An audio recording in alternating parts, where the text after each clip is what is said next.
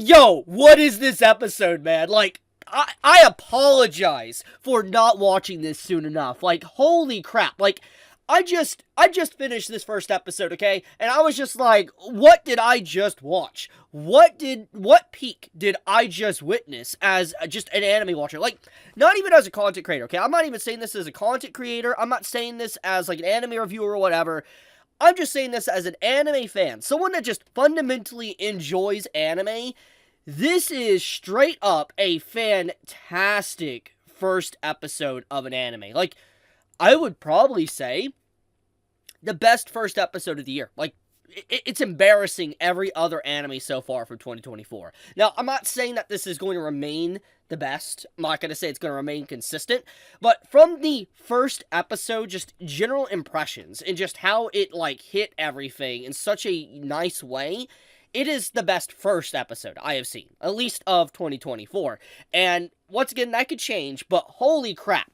Ninja Kamui, I apologize for not getting to you sooner. I apologize to those that have been recommending this series every single day to me since the first episode came out, like, last week. So let's talk about this, okay? So Ninja Kamui has been making its rounds around the internet. A lot of people have been talking about it, a lot of people have been hyping it up, and now kind of watching the first episode and then getting the backstory of it makes a lot of sense now. So let's get into that. Ninja Kamui. It literally just started to air this season. It is going to be, you know, I'm assuming 12 episodes. Yeah, it says right here, 12 episodes. It is original, so it's anime original. So it doesn't even have a manga or light novel it's based off of or a game. It's just straight up anime original. And here's the crazy kicker, okay? The director. I want you to feast your eyes on this. The director here. The director of this show has directed JJK. JJK, okay? Literally the movie. Actually, the full-on director of JJK.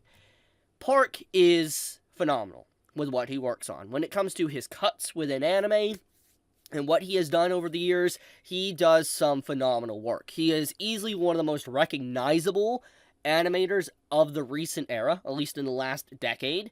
And seeing that this individual is now directing Ninja Kamui makes a lot of sense why this is making waves now. And why these sequences here just go so freaking hard. They have no business going this hard, but it does. Like, oh my goodness, to the lighting, to the POV shots, the cinematography, the music, the voice acting. Oh my goodness. Oh yeah, by the way, I watched this in dub. I didn't watch this in sub yet. I will, don't worry. But I only watched this in English dub so far. And the English is pretty freaking good. Like, I'm not even gonna lie. It is really good. But I will watch it in sub as well to kind of do a cross comparison later on.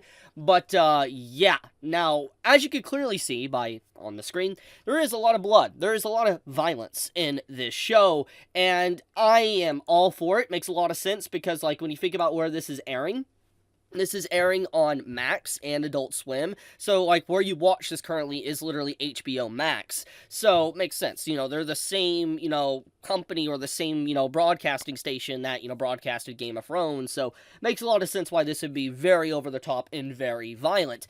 Now, one thing I do want to talk about, though, is that this show overall, first episode-wise, it made me really freaking stunned. It was good. But after sitting back and now letting the initial first impressions wind down a bit, and I'm calming a little bit here, I want to be serious and talk about just the general vibe. Like, for instance, the story and what did the first episode give, okay? So, the first episode of Ninja Kamui is pretty simple. It is about a happy family that is trying to stay a happy family. They have a checkered past or stuff that's going on behind the scenes that we don't fully understand, but they're trying to have a happy family. At least the mother and father here, the husband and wife, are trying to have their kid have a good life, and they're trying to live a decent life and live in the countryside, just all relaxed and stuff. But eventually, things go south, and then basically, you know, you have these ninjas/assassins come into their home, trying to get rid of them and execute them. And this main character, our main male character, you know, just starts popping off, wiping out these assassins like it's nothing, and he loses his family in the process. And instantly when I saw this, I was like, okay, I thought that the father was going to die and like the son was going to live, because like it gave me the impression when I was watching this episode that like, you know, the son would be the one to actually survive.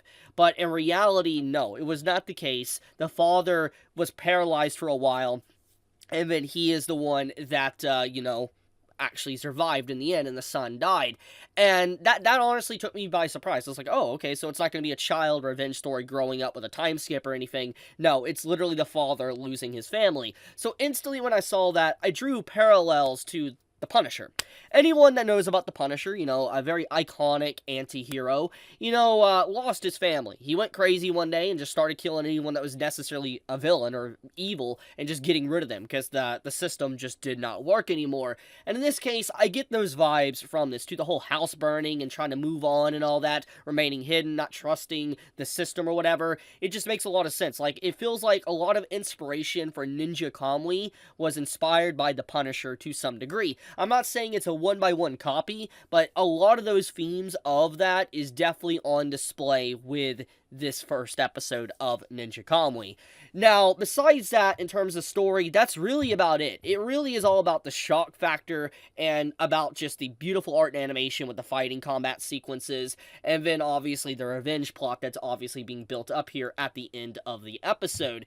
Now, there is some technological advancement that we can clearly see, that these characters are able to hide their faces with some form of electronics or devices. We also see some form of magic to some degree, to where our character is able to like slip into shadows and all that type of stuff. It's very, you know, in nature with what a ninja is, slipping into shadows and all that. So it's up in the air if it's like just using sci-fi tech, or if it legitimately is like magic and sci-fi being incorporated into one. But it seems like it's a modern setting, so to speak, but with certain groups that have more of an advancement on technology. At least that's what I gather from the first episode of Ninja Kamui. So the world is pretty interesting. The characters are pretty interesting. The voice acting's good. Obviously, the director's fantastic. The overall, you know, studio and the people that are working on the show is incredibly juiced out the wazoo. And so, I'm not really surprised it's a really good first episode.